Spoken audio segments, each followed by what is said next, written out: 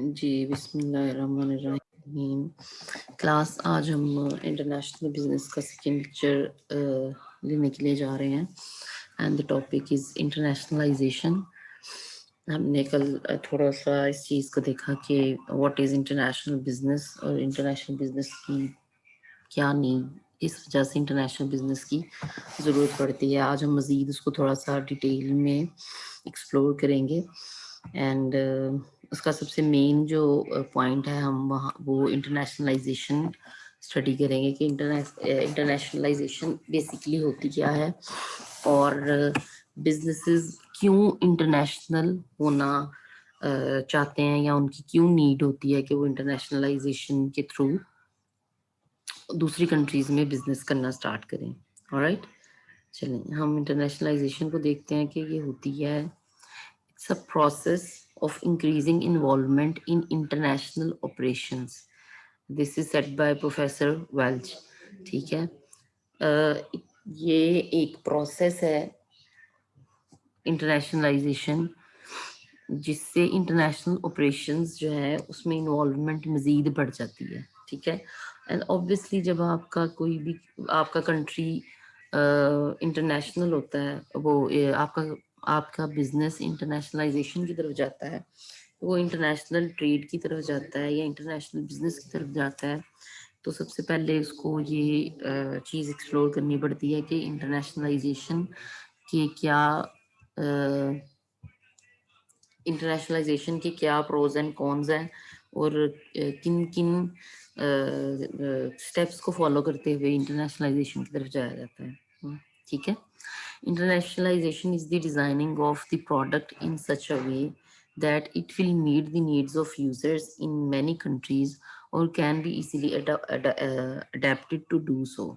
ठीक है, कि आपने सिर्फ एक कंट्री तक लिमिटेड नहीं रहना, आपने मल्टीपल यूजर्स की नीड्स को फुलफिल करना है। ठीक है, अब यहाँ पे कुछ प्रोडक्ट्स ऐसी होती हैं जो कि वर्ल्ड वाइड यूज होती हैं। ठीक है, आप कंप्यूटर्स की बात कर लें, मोबाइल फोन्स की बात कर लें, आप दूसरी ग्रॉसरी प्रोडक्ट्स की बात कर लें, आप कोई भी ऐसी, आप किसी भी स्टोर में चले जाएं, आपको वहाँ पे मल्टीपल प्रोडक्ट्स नज़र आएंगे जिसमें इम्पोर्टेड प्रोडक्ट्स भी होती हैं। इवन ये अभी रहमान गार्डन वाली साइड में वहाँ पे जो ग्रोसरी स्टोर्स हैं वहाँ पर कभी विजिट करें तो वहाँ पे आपको बहुत सारी प्रोडक्ट्स जो होंगी वो आपको इम्पोर्टेड नज़र आएंगी।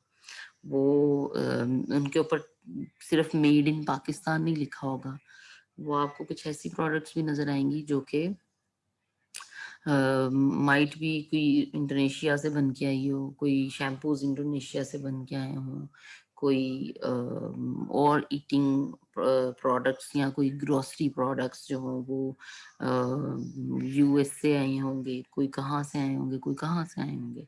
सो यहाँ पर ये पता चलता है कि जो इंटरनेशनल यूजर्स हैं उनकी, और मतलब एक कंट्री तक लिमिटेड नहीं रहा गया, यहाँ पर मल्टीपल कंट्रीज तक अपनी प्रोडक्ट को पहुंचाया गया है with the process of internationalisation. ठीक है, internationalisation is the process through which firms expand the business outside the national country. तो this is what we were talking about. हमने ऑलरेडी इस चीज़ को देखा कि ये एक प्रोसेस है जिससे फर्म्स अपने बिजनेस को एक्सपैंड करती हैं और वो फिर नेशनली ही काम नहीं करती, वो इंटरनेशनली काम करना स्टार्ट कर देती हैं। ठीक है,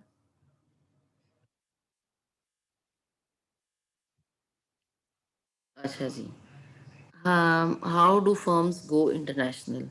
अब जी कौन सी ऐसी वजूहात हैं, कौन सी ऐसी रीजंस हैं या किस तरह से फर्म्स जो हैं वो इंटरनेशनल हो जाती हैं, वो हमारे पास ये 4 पॉइंट्स हैं। ठीक है, इसमें सबसे पहले इनडायरेक्ट एंड डायरेक्ट एक्सपोर्ट। अब इसमें इसको हम डायरेक्ट या इनडायरेक्ट जैसे भी कहें, एक्सपोर्ट्स जब भी होंगी वो कंट्री के लिए, आपने बैलेंस ऑफ ट्रेड पढ़ा होगा ऑलरेडी, तो बैलेंस ऑफ ट्रेड में या बैलेंस ऑफ पेमेंट्स में उसमें यही होता है कि आपने इंपोर्ट्स को, इनकमिंग्स और आउटगोइंग्स को बैलेंस करना होता है। लाइक आपने सिर्फ जस्ट चीजें इंपोर्ट नहीं करते जाना। आपका कंट्री को सिर्फ इंपोर्टिंग कंट्री नहीं होना चाहिए, आपकी कंट्री को एक्सपोर्टिंग कंट्री भी होना चाहिए। ठीक है, इस कंसेप्ट को जरा अपना रिवाइज कर लीजिएगा लाजमी तौर पे, ये बड़ा इंपॉर्टेंट कॉन्सेप्ट है इंपोर्ट एक्सपोर्ट में। इसमें बैलेंस ऑफ ट्रेड या बैलेंस ऑफ पेमेंट इसको कहा जाता है। ठीक है, और इसमें ये है कि आपने इंपोर्ट एंड एक्सपोर्ट को बैलेंस करना होता है। काफ़ी कंट्रीज में होता है इस तरह से कि अभी पाकिस्तान में भी ऐसे होता है कि बैलेंस ऑफ पेमेंट खराब हो जाता है। कंट्री ने इंपोर्ट्स ज़्यादा कर ली होती हैं, आप चीज़ें ज़्यादा मंगवा कर यूज़ कर रहे होते हैं, लेकिन आपकी चीज़ें जो इंपोर्ट्स होती हैं वो एक्सपोर्ट्स होती हैं, वो इतनी ज़्यादा नहीं होती। ठीक है, रीज़न क्या होती है? रीज़न यही होती है कि आप इतना एक्सपोर्ट क्वालिटी का मटेरियल शायद तैयार नहीं कर रहे होते, या आप इतना दूसरी कंट्रीज के साथ लिंक नहीं कर रहे होते, वहाँ पे इंटरनेशनल बायर्स और यूजर्स नहीं आप ढूंढ रहे होते, जिसकी वजह से आपकी एक्सपोर्ट्स जो हैं वो कम हो जाती हैं। तो ये सब कॉन्टिन्यूस ऑनगोइंग प्रोसेस हमारी जो हायर कंट्री की होती है, या हमारी जो कह लें कि ब्यूरोक्रेट्स हैं, जो एक्सपोर्ट के इंपोर्ट के इनके जो वजीर बैठे होते हैं, उनका बेसिकली आगे फर्दर काम होता है कि वो काम करे, दूसरी कंट्रीज के साथ लिंक्स बनाए, उनको उनके साथ इन ताल्लुकात को बढ़ाएं, जिससे हमारी भी एक्सपोर्ट्स बढ़े। सिर्फ ये नहीं हो कि हम चाइना से, फ्रांस से, यूएस से, यूके से, इर्द गिर्द की कंट्री से हम सिर्फ चीज़ें मंगवा ही रहे हैं। हम यूं ना हो कि मतलब इंपोर्ट ही होता हो, बल्कि एक्सपोर्ट्स भी होनी चाहिए इसमें। अब इसमें डायरेक्ट एक्सपोर्ट्स भी होती हैं कि आपका डायरेक्ट लिंक भी होता है कंट्री से, इसमें इनडायरेक्ट भी होती हैं कि समटाइम्स आपका कंट्री से डायरेक्ट नहीं होता लिंक, लेकिन आप इनडायरेक्टली भी एक्सपोर्ट्स कर रहे होते हैं। आगे जी नेक्स्ट पॉइंट हमारा लाइसेंसिंग एंड फ्रेंचाइजिंग। अच्छा जी, कोई भी फर्म जब इंटरनेशनलाइजेशन की तरफ जाती है, ठीक है, यहाँ इंटरनेशनल बिजनेस की तरफ जाती है, तो पहला जो स्टेप होता है वो लाइसेंसिंग होता है। आपको लाइसेंस लेना पड़ता है इंपोर्ट करने का, एक्सपोर्ट करने का। ठीक है, हमारी इंपोर्ट एक्सपोर्ट कमीशन हैं, वहाँ पे आपको अपने लाइसेंसिंग लेनी पड़ती है।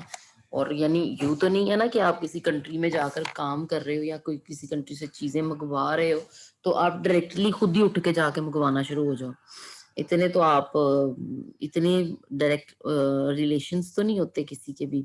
Either you are a joint strong party, तो इस सूरत में आपको हुकूमत से लाइसेंस लेना पड़ता है कि भैया मुझे एक लाइसेंस इशू कर दें, मुझे कागज का टुकड़ा इशू कर दें, जिसके थ्रू मैं फर्दर इस बिजनेस को चला सकूं, और मैं अपनी ड्यूटीज और टैक्सेस वगैरह पे करके मैं बिजनेस कर सकूं। ठीक है, इसका सबसे बड़ा वो सबसे फर्स्ट जो स्टेप है वो लाइसेंसिंग होगा। ठीक है, इसके अलावा आप फ्रेंचाइजिंग की तरफ भी आ सकते हैं। लाइक इंटरनेशनल, आपने कोई इंटरनेशनल बिजनेस की फ्रेंचाइज ले ली है, ठीक है,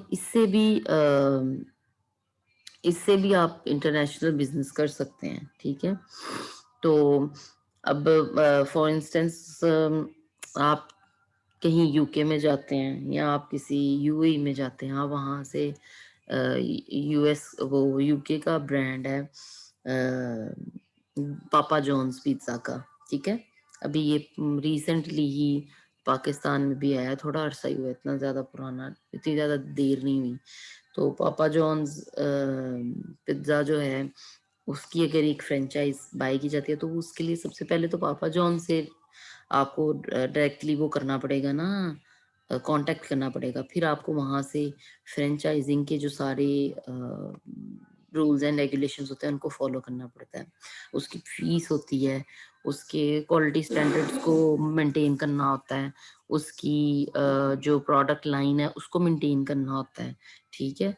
तो इसकी कई सारी इसकी भी काइंड्स होती हैं। समटाइम्स आपको जब आप इंटरनेशनल होते हैं तो आपको उस कंट्री के टेस्ट के अकॉर्डिंग या उस कंट्री की कल्चर के अकॉर्डिंग, जो हमने कल डिस्कस किया था, जैसे कि किसी भी कंट्री का कल्चर और उनका टेस्ट, उनकी रीजनल आइडेंटिटीज और प्रेफरेंसेस वो बड़ी मैटर करती हैं जब भी कोई आप इंटरनेशनल प्रोडक्ट लॉन्च करते हैं। वो सिर्फ इस तरह का ना हो कि वो आपकी नेशनल और डोमेस्टिक कंट्री में यूज होता हो, वो वर्ल्ड वाइड यूज होता हो। अब आप मैकडोनल्ड्स की बात कर लें, आप केएफसी की बात कर लें, तो क्या ये पाकिस्तानी ब्रांड्स थे? No, these were not Pakistani brands. अब ये आपको देखेंगे आप तो ये आपको कहीं हर जगह पर, हर कंट्री में आपको ये नजर आएंगे, ये ब्रांड्स काम करते हुए नजर आएंगे। आपके सॉफ्ट ड्रिंक्स वाले जो ब्रांड्स हैं वो भी आपको हर कंट्री में काम करते हुए नजर आएंगे। आप नेस्ले की बात कर लें, आप प्रॉक्टर एंड गैम्बल की बात कर लें, ये आपको हर कंट्री में नजर आएंगे, ठीक है। इनकी प्रोडक्ट्स आपको हर जगह पे मिलेंगी। आगे आ जाते हैं जी, जॉइंट वेंचर्स। अब जॉइंट वेंचर्स में यूं होता है कि कुछ ब्रांड्स जो होते हैं वो कुछ कंपनीज होती हैं वो दूसरी कंट्रीज की कंपनीज के साथ कर लेती हैं, कह लें मुआहदा कर लेती हैं, या वो पार्टनरशिप सॉर्ट ऑफ कर लेती हैं, जॉइंट वेंचर एक बना लेती हैं। उससे भी आप इंटरनेशनलाइजेशन की तरफ जा सकते हैं, उससे भी बिजनेसेस जो होते हैं वो इंटरनेशनलाइज होते हैं, ठीक है। So these these are the basic steps जिनकी वजह से और जिस तरीके से बिजनेसेस जो हैं वो बेसिक बेसिक तरीके के साथ जो है वो इंटरनेशनल होते हैं। इसके अलावा है जी हमारा last point, which is direct investment. अच्छा जी, आपने फॉरेन डायरेक्ट इन्वेस्टमेंट पढ़ा होगा। अच्छा, डायरेक्ट इन्वेस्टमेंट किसी भी कंट्री के लिए बड़ी ज़रूरी, मतलब बड़ी अच्छी मानी जाती है, specially for developing countries like us, ठीक है। यहाँ पर अगर कंट्रीज दूसरी आकर पैसा लगाती हैं अपना, तो पैसा बेसिकली वो यहाँ की चीज़ें, यहाँ का लेबर यूज़ करके, क्योंकि उसने अब सारा कुछ पीछे से तो उठा के नहीं लेके आएगी वो कंट्री, वो यहाँ के लेबर को यहाँ का सारा कुछ यूज करके रॉ मटेरियल एंड एवरीथिंग, तो वो यहाँ पर इन्वेस्ट करती हैं। फिर उस इन्वेस्टमेंट का फायदा ये होता है कि कोई भी जब भी प्रोजेक्ट लॉन्च होता है तो वहाँ की उस कंट्री में जब पैसा लगता है तो उसकी थोड़ी सी वर्थ बढ़ जाती है, ठीक है। इसमें डायरेक्ट प्रॉपर्टी इन्वेस्टमेंट भी हो सकती है और डायरेक्ट जस्ट जनरल इन्वेस्टमेंट भी हो सकती है, ठीक है। इसमें ये होता है,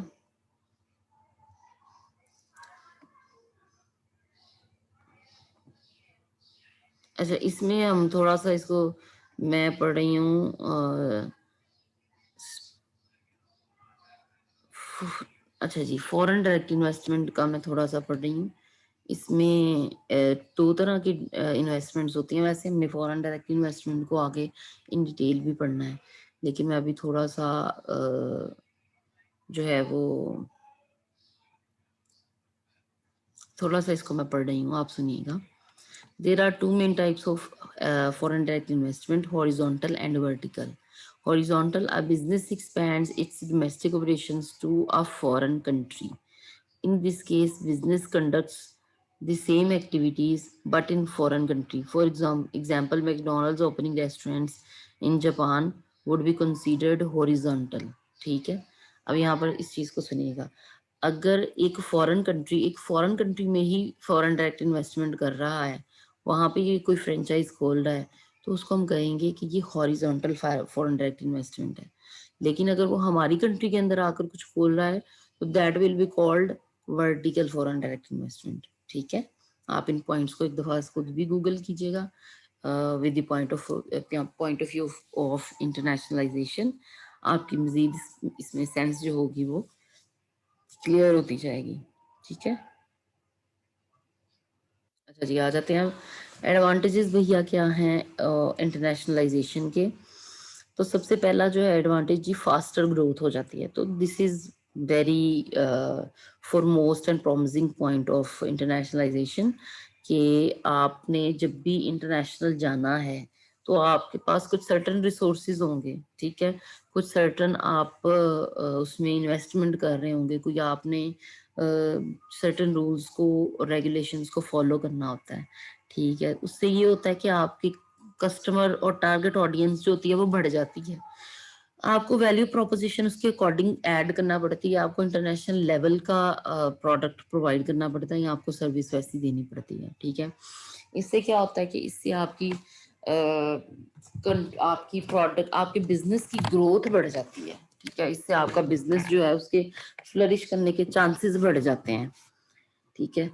आगे आ जाते हैं, हमारा नेक्स्ट पॉइंट है जी effect on performance of enterprise.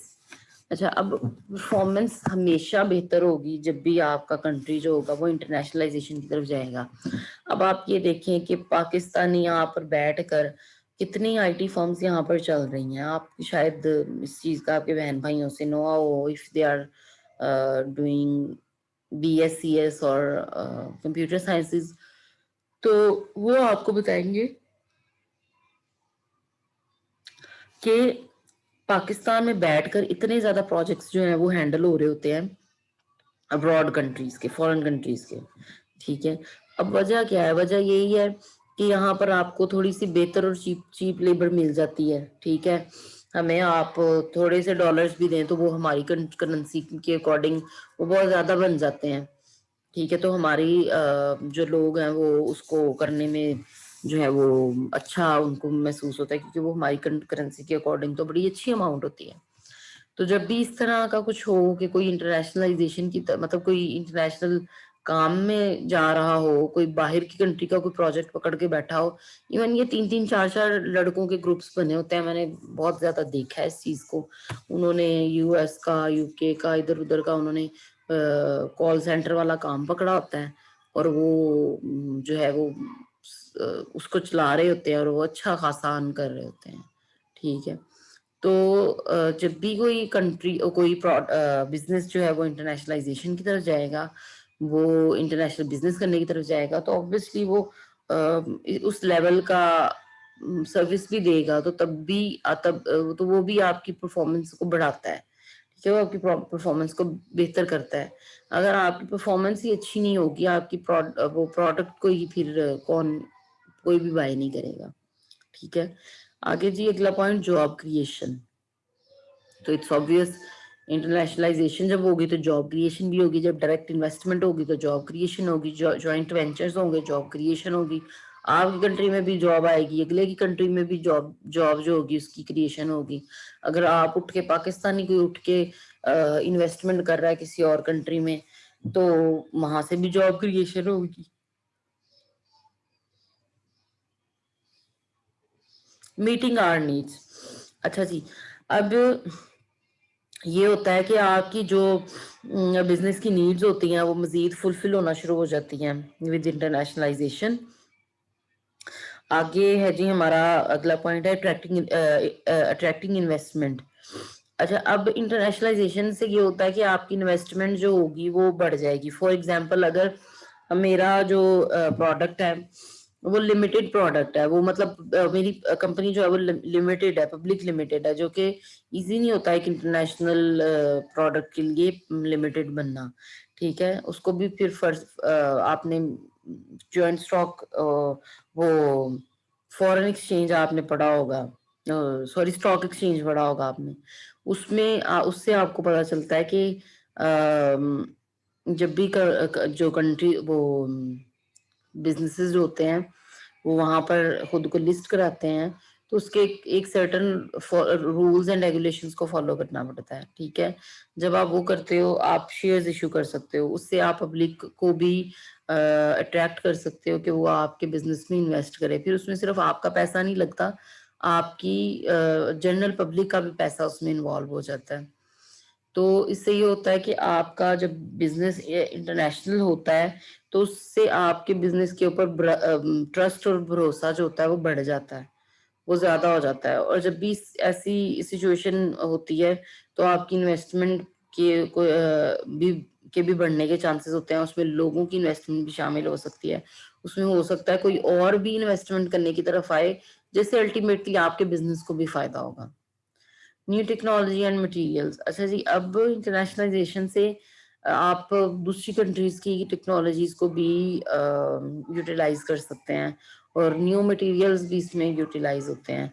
उससे भी आपके प्रोडक्ट में, आपके बिजनेस में जो है वो फ्लरिश करता है। आपकी इंपोर्ट्स एंड एक्सपोर्ट्स में जो है वो फायदा होता है। अगर आपने फॉरेन डायरेक्ट इन्वेस्टमेंट की हुई है तो वहाँ की लोकेलिटी की जो टेक्नोलॉजी या लोकेलिटी की जो मटेरियल्स यूज होंगे तो उससे भी जो होगा वो फायदा होगा। ठीक है।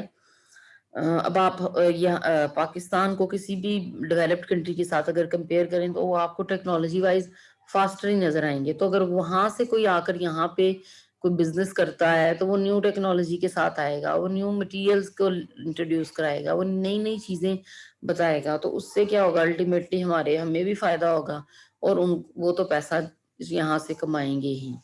ठीक है। अब इसमें ये नहीं होता कि ये वन वे नहीं होती, ये चीजें हमेशा टू वे होती हैं। ठीक है। हाई लिविंग स्टैंडर्ड्स, अब अल्टीमेटली आपकी अर्निंग बढ़ रही है, आपकी जॉब क्रिएशन हो रही है। जॉब क्रिएशन से क्या होगा, जॉब क्रिएशन से पैसा आएगा। जब पैसा आता है तो अल्टीमेटली आपकी कंट्री का स्टैंडर्ड भी बढ़ता है और आपका लिविंग स्टैंडर्ड भी बढ़ता है। जब भी मेरे पास पैसे होंगे तो उसका क्या मतलब है, मैं अपनी बेसिक नीड्स तो पूरी करूंगी ही, लेकिन मैं अपने स्टैंडर्ड को भी बेहतर करने की कोशिश करूंगी। तो ये भी एक इंटरनेशनलाइजेशन का फायदा है कि इससे इन्वेस्टमेंट भी बढ़ती है, जॉब क्रिएशन भी होती है, तो इससे आपका अल्टीमेटली लिविंग स्टैंडर्ड भी बढ़ता है। ठीक है। वाइडर मार्केट, आपको यहाँ पर इंटरनेशनलाइजेशन का सबसे जो बड़ा फायदा है वो यही है कि आपको बड़ी मार्केट में आप जो है वो उस वहां पे फ्लोट कर दिए जाते हो। आपके पास हर किस्म का, हर तरह का आपके पास कंज्यूमर होगा। फिर आपकी टारगेट ऑडियंस वो एक गली की नुक्कड़ वाली दुकान नहीं होगी, आपकी टारगेट ऑडियंस फिर वर्ल्ड वाइड होगी। आप नाइकी की शूज ही देख लें आप, वो वर्ल्ड वाइड यूज होते हैं। ठीक है। उनकी क्वालिटी इतनी अच्छी होती है कि वो वर्ल्ड वाइड यूज होते हैं। अब आप सियालकोट की जो है वो स्पोर्ट्स प्रोडक्ट्स ही देख लें, वहाँ की हॉकी देख लें, वहाँ का फुटबॉल देख लें, वो इंटरनेशनली यूज होते हैं। तो मीन्स फिर बायर जो होता है वो आपका फिर लोकल नहीं रहता, आपका बायर जो होता है वो इंटरनेशनल बन जाता है। ठीक है। लार्ज स्केल इकोनॉमीज, अच्छा जी, अब यहाँ पर आपकी जो इकोनॉमीज ऑफ स्केल होती हैं वो बेहतर हो जाती हैं। ये भी इंपोर्ट्स एंड एक्सपोर्ट्स से इंटरलिंक्ड है। ठीक है। आपकी जब भी क्या कहते हैं, एक प्रोडक्ट को आप लॉन्च करते हो और उसी लिमिट के अंदर रहते हुए आप ज्यादा प्रोडक्ट्स को बनाते हो तो आपकी अल्टीमेटली आप इकोनॉमीज ऑफ स्केल के अंदर फॉल कर रहे होते हो।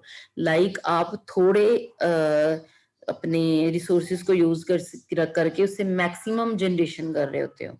तो ये भी एक इंटरनेशनलाइजेशन के अंदर भी अगर ये या जेनेरिकली भी अगर देखा जाए तो बिजनेसेस में हमेशा इकोनॉमीज ऑफ स्केल जो होती हैं वो फायदा ही देती हैं। ठीक है। जब भी आप थोड़े रिसोर्सेज से मैक्सिमम जनरेशन कर रहे होते हो तो वो आप इकोनॉमीज ऑफ स्केल की तरफ जा रहे होते हो। आप maximum utilisation of your resources कर रहे होते हो, उससे मैक्सिमम जनरेट कर रहे होते हो। अच्छा जी, कल्चरल ट्रांसफॉर्मेशन। अच्छा, अब इंटरनेशनलाइजेशन की वजह से आपकी कल्चरल ट्रांसफॉर्मेशन भी होती है। आपकी कंट्री में दूसरी कंट्री का कल्चर जो होता है वो इन्वॉल्व होता है, वो उसमें ट्रांसफॉर्मेशन मजीद बढ़ती है, मतलब उसमें ट्रांसफॉर्म होता है और उससे ये होता है कि आपकी मजीद नो हाउ जो होती है वो बेहतर हो जाती है। ठीक है। तो कल्चरल डिफरेंसेस जो होते हैं वो कम होते हैं। कल्चरल डिफरेंसेस जब कम होंगे तो तब भी आपके बिजनेस के लिए बड़ा फायदा होगा। आप मजीद जितना भी किसी कंट्री के कल्चर को उनकी नीड्स को, डिमांड्स को समझेंगे, आप उतना बेहतर जो होगा वो प्रोडक्ट जो है वो प्रोवाइड कर सकेंगे। अच्छा जी, optimum utilisation of world resources. अब ये भी एक अच्छा पॉइंट है कि इससे ये होगा कि आप अपने रिसोर्सेज को बहुत बेहतर तरीके से यूटिलाइज कर रहे होंगे। चूंकि हमने इकोनॉमीज ऑफ स्केल में भी थोड़ा सी बात की कि आपके जो रिसोर्सेज होंगे आप उनको मैक्सिमम यूटिलाइज करेंगे, आप उनको ऑप्टिमम यूटिलाइज करेंगे। उससे जस्ट लोकली फायदा नहीं होगा, उससे इंटरनेशनली भी फायदा होगा। Economic growth of the world. अच्छा, अब इसमें ये होगा कि आपकी अल्टीमेटली ग्रोथ बढ़ती है। हमने ऊपर भी पहले भी बात, बिजनेसेस जो है वो बढ़ते हैं, बिजनेसेस जो है वो फ्लरिश करते हैं, उससे आपकी इकोनॉमी को जो है फायदा होगा। ठीक है, आगे आ जाते हैं रिड्यूस्ड रिस्क।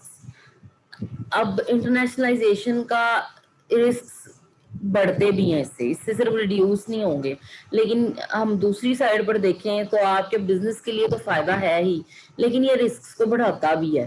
ठीक है, इसको फिर हम रिस्क को हम सिर्फ एडवांटेजेस में नहीं रखेंगे, इसको हम डिसएडवांटेज में भी रखेंगे, इसको हम एज ए डिसएडवांटेज भी कंसीडर करेंगे कि रिस्क सिर्फ लिमिटेड नहीं रहते, रिस्क बढ़ भी जाते हैं समटाइम्स। ठीक है, आगे आ जाते हैं जी division of labour and specialisation.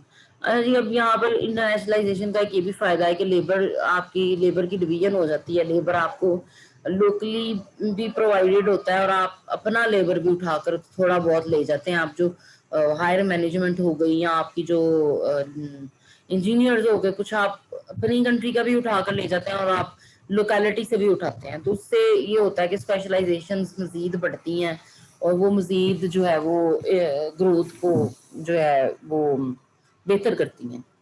Increase socio economic welfare. अच्छा, अब जब भी आप किसी कंट्री के साथ ट्रेड करते हो, किसी कंट्री के साथ आप बिजनेस करते हो, तो उससे आपके सोशियो इकोनॉमिक डिफरेंसेस जो हैं वो कम होते हैं, उससे आपकी सोशियो इकोनॉमिक वेलफेयर होती है। आपका कंट्री का दूसरी कंट्री के साथ जब लिंक बढ़ता है तो वो अल्टीमेटली आपके लिए भी फायदेमंद होता है, अगली कंट्री के लिए भी फायदेमंद होता है। जब एक दूसरे को आप यूटिलाइज करके, एक दूसरे के रिसोर्सेज को, प्रोडक्ट्स को यूटिलाइज करके आप अल्टीमेटली एक अच्छे रिलेशन की तरफ जा रहे होते हो।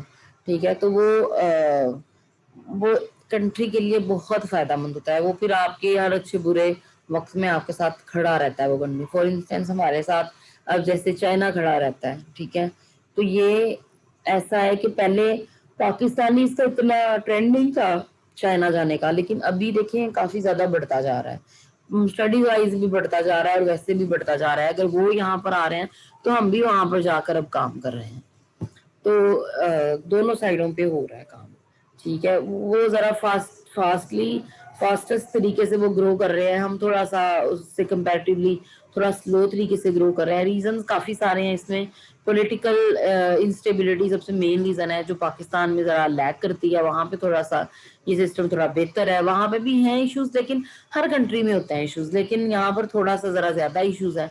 आपने देखा ही है हमारे इर्द गिर्द हमेशा क्या होता रहता है। तो ये चीज़ें भी जो है काफ़ी इफेक्ट करती हैं आपकी इंटरनेशनल बिजनेस को, आपकी ट्रेड्स को, आपके जॉइंट वेंचर्स को, आपकी फ्रेंचाइजिंग को। आपका कोई भी इंटरनेशनल बिजनेस होगा जो यहाँ पे हो रहा है या आप जाकर कर रहे हैं, तो आपके जो कंट्री की कंडीशंस होंगी, पॉलिटिकल कंडीशन होंगी या पॉलिटिकल इंस्टेबिलिटी होगी, तो वो इफेक्ट करती है। अच्छा जी, ये these were the long long advantages. अब हम आ जाते हैं डिसएडवांटेजेस पे। अच्छा जी, इंटरनेशनलाइजेशन से क्या होता है जी, कल्चरल आइडेंटिटी इश्यूज भी हो सकते हैं। ठीक है, समटाइम्स कुछ प्रोडक्ट्स ऐसे होते हैं जो कि इंटरनेशनली एक्सेप्ट नहीं होते, तो वो फेलियर की तरफ चले जाते हैं। तो उससे भी क्या होता है कि आपने अच्छी तरह स्टडी नहीं की होगी, आपने कल्चर को अच्छी तरह स्टडी नहीं किया होगा।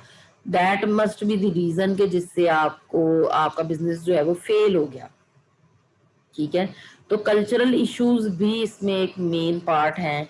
अगर आप वैसे तो सारे प्रोडक्ट्स ही हम यूज कर रहे हैं, पाकिस्तानी यूज कर रहे हैं, लेकिन अगर आप कोई ऐसा बिल्कुल ही प्रोडक्ट उठाकर ले आओ, अब यहाँ पर अगर फॉर इंस्टेंस पाकिस्तान में अब आप कोई ऐसा पिज्जा यूज कर लो जिसमें मीट वो वाला हम यूज करें जो कि पाकिस्तानी, जो हलाल मीट ना हो, तो क्या वो यहाँ पर चलेगा? नहीं, वो यहाँ पर नहीं चलेगा। वो इसका मतलब ये है कि उस अच्छे से स्टडी नहीं किया कल्चर को। दैट वाज द रीजन के जिसकी वजह से जो है वो कल्चरल डिफरेंसेस पैदा हुए, और वो बिजनेस जो होगा, ऐसा कोई बिजनेस जो होगा वो ठप हो जाएगा। यहाँ पे कोई भी पोर्क का या कोई भी किसी और मीट का जो कि हलाल मीट नहीं है, उसका पिज्जा खाना पसंद नहीं करेगा, उसका बर्गर खाना पसंद नहीं करेगा। ठीक है। आगे जी पॉलिटिकल इश्यूज की हमने पहले ही बात कर ली कि अगर पॉलिटिकल इंस्टेबिलिटी हो तो ये बहुत बड़ा डिसएडवांटेज माना जाता है। Difficulty in times of need. अच्छा, अब हो सकता है कि वर्ल्ड वाइडली किसी एक चीज की जरूरत हो और वो अगर नहीं प्रोवाइड की जा रही तो उससे भी जो है वो काफी डिसएडवांटेज होता है। फॉर एग्जांपल अभी ये कोविड की सिचुएशन ही देख लें, मेडिकली यहाँ पर अब रेवोल्यूशन की जरूरत है और थी, जो कि अभी वैक्सीनेशन आ गई विद पैसेज ऑफ टाइम, लेकिन 4-6 महीने तो लगे ही, बल्कि काफी टाइम लगा वो वैक्सीनेशन तैयार करने में। ठीक है। तो अगर इस तरह की कोई पेंडेमिक की सिचुएशन हो जो कि जिससे पूरा दुनिया इफेक्ट हो रही हो, तो इस ऐसी सूरत में भी आपके जो बिजनेसेस हैं उनको बड़ा नुकसान होता है, उनके लिए डिसएडवांटेज होता है। Social welfare issues.